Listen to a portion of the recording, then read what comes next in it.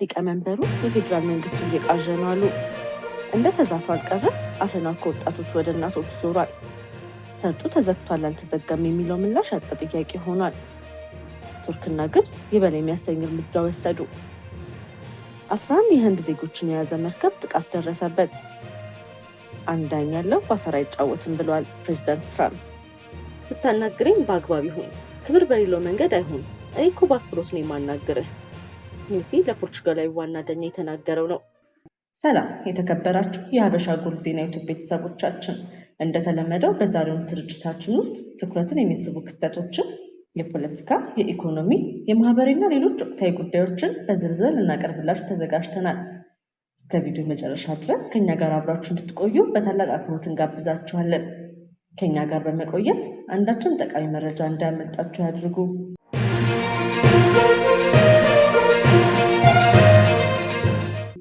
ወደ ዝርዝር መረጃዎቻችን እናልፋለን።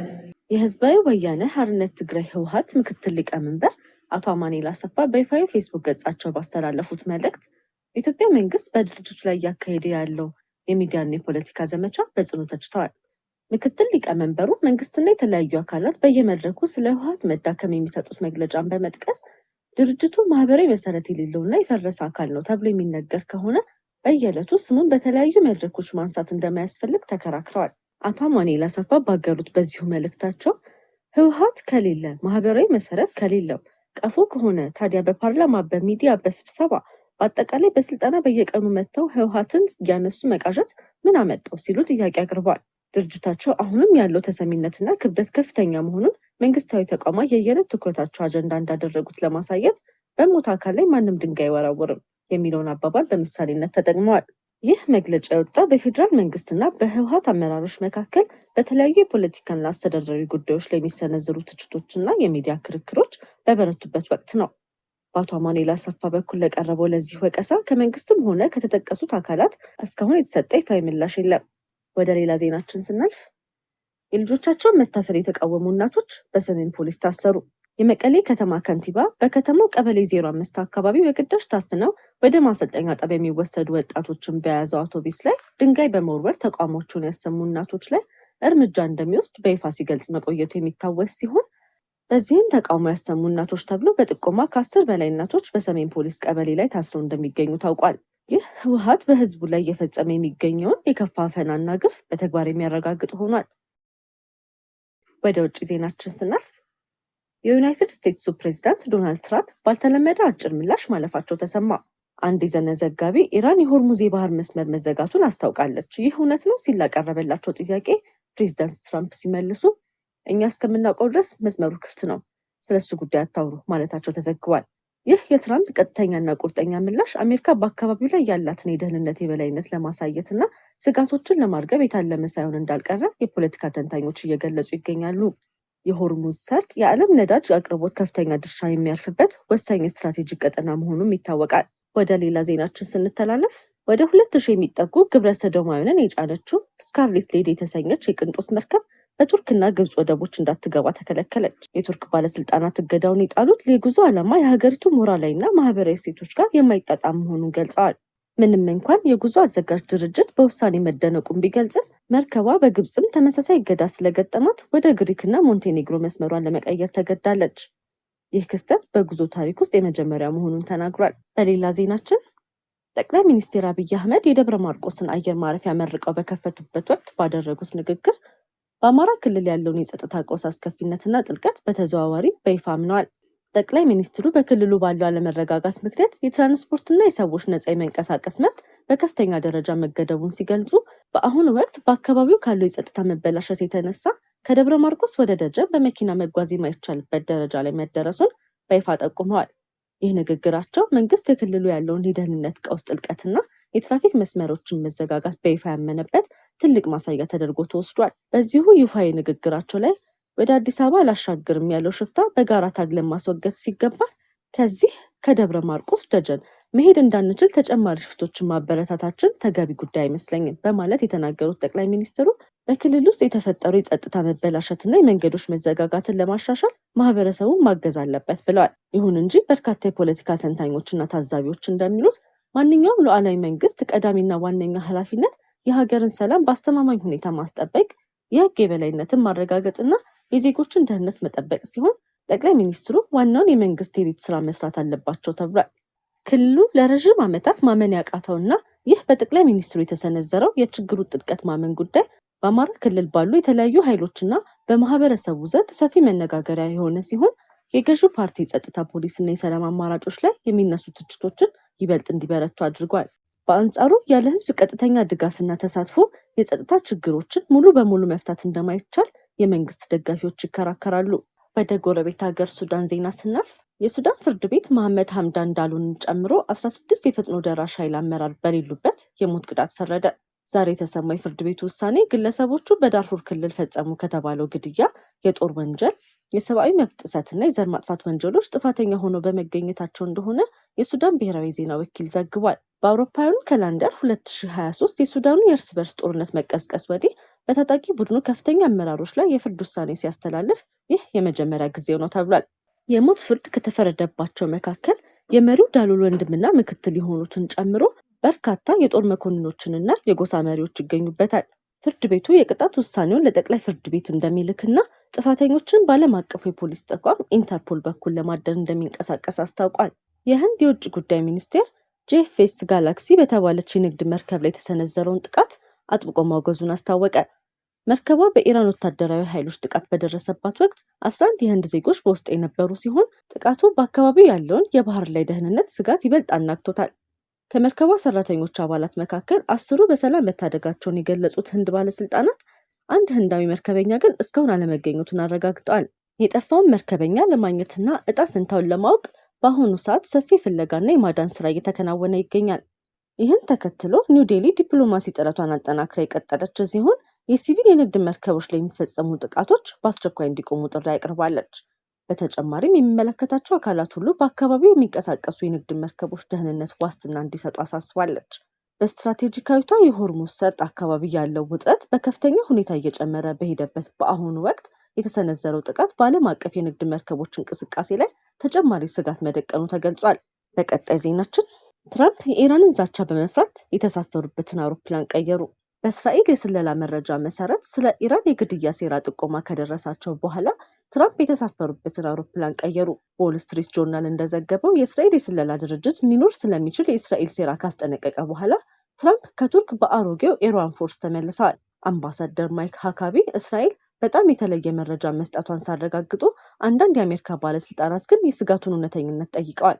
የአሜሪካ ባለስልጣናትን ጠቅሶ ዎል ስትሪት ጆርናል እንደዘገበው የአሜሪካ ባለስልጣናት እሳቸውን ለመግደል ስለታቀደ ሊሆን የሚችል ሴራ ከእስራኤል የስለላ መረጃ ከደረሳቸው በኋላ የአሜሪካው ፕሬዝዳንት ዶናልድ ትራምፕ አዲስ ኤርዋን ፎርስ ላይ በቂ መከላከያ አቅም ባለመኖሩ ምክንያት በዚህ ሳምንት ከቱርክ በአሮጌው አውሮፕላን ተመልሰዋል። አንዳንድ ባለስልጣናት ስጋቱ ሙሉ በሙሉ ታማኝ ተደርጎ እንዳልተወሰደ ለጆርናሉ ተናግረዋል። ነገር ግን ዘገባው ከታተመ በኋላ በእስራኤል የአሜሪካ አምባሳደር ማይክ ሃካቢ ከፎክስ ኒውስ ጋር ባደረጉት ቃለ ምልልስ እስራኤል በትራምፕ ላይ ስለተደቀነ የተለየ ስጋት የስለላ መረጃ ማስተላለፏን በግልጽ አረጋግጠዋል። ሃካቢ እንዳሉት እስራኤል ፕሬዝዳንቱን ለመግደል ስለታቀደ እጅግ በጣም የተለየ የኢራን ሴራ ለትራምፕና ለመስተዳድራቸው የስለላ መረጃ ሰጥታለች። ያ የስለላ መረጃ ጦርነት እንደገና ከማገርሸቱ ትራምፕ ከኢራን ጋር ከነበራቸው ቅርበት ጋር ተዳምሮ የሴክሬት ሰርቪስ የዋይት ሀውስ ወታደራዊ ጽሕፈት ቤትና አንዳንድ የብሔራዊ ደህንነት ባለስልጣናት ትራምፕ የመረጡት አውሮፕላን ወደ አሜሪካ ለሚደረገው በረራ በቂ ጥበቃ አይሰጥም ብለው እንዲወስኑ በቂ ነበረ። ከኳታር ለተለገሰውና በአሜሪካ አየር ኃይል ደረጃው የተሻሻለው ይህ አውሮፕላን ትራምፕ በአንካራ ወደ ተካሄደው ኔቶ ጉባኤ ለመጓዝ ተጠቅሞበት ነበረ።